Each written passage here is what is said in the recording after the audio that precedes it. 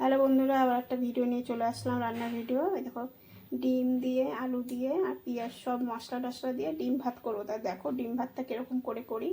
আগে ডিমটা আলুটা সিদ্ধ করে নিই। আর এই দেখো এখানে মশলা নিয়েছি, আদা রসুন কাঁচা লঙ্কা টমেটোটা পেস্ট করে নেবো, এটা আর জিরের গুঁড়ো লঙ্কার গুঁড়ো সব দিয়ে ডিম ভাত করবো। দেখো কীরকম করে বিরিয়ানির মতনই করবো।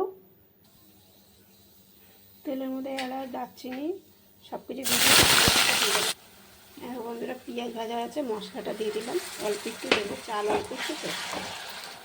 মশলা দিয়ে তেল ভেজে গেছে, দেখো জিরের গুঁড়ো লঙ্কার গুঁড়ো লবণ হলুদ সব দিয়ে দিয়েছি মধ্যে।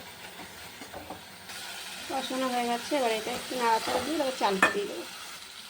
বন্ধুরা এরকম হাফ করতে থেকে কম নিয়েছি চাল, এটা নাড়াচাড়া করেছে, তারপরে প্রেশারে দিয়ে দেবো। এই দেখো বন্ধুরা, এটা কষানো হয়ে গেছে, এবার একটু প্রেশারে দিয়ে দেবো। এবার দিয়ে দেবো এক হাতে তো অসুবিধায়, দেখো চালটার মধ্যে জলটা দিয়ে দিলাম।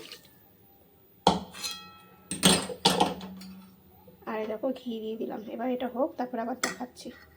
এই দেখো বন্ধুরা, এর মধ্যে বেশি জল দিইনি, এর মধ্যে একটু গোলাপ জল একটু কেওড়া জল দিয়ে দিয়েছি। এই দেখো বসিয়ে দিলাম, এটা হোক, তারপর আবার দেখা। এই দেখো বন্ধুরা হয়ে গেছে, এবার থালায় বেড়ে নেবো। এই দেখো বন্ধুরা হয়ে গেছে, এত টেস্টি হয়েছে। তোমরা শর্টপট করে যদি রান্না করতে ভালো না লাগে, এরকম করে খেয়ে নেবে, খেয়ে দেখবে, খুব ভালো লাগে। এরকম করে রান্না করবে। আর আমি সোয়াবিন দিইনি, দাদাভাই থাকলে সোয়াবিন দিতাম। তাই রান্নাটা সত্যিই ভালো লাগে, তোমরা কিন্তু অবশ্যই করে খাবে। আর ভালো লাগলে রান্নাটা অবশ্যই কমেন্ট বক্সে জানাবে।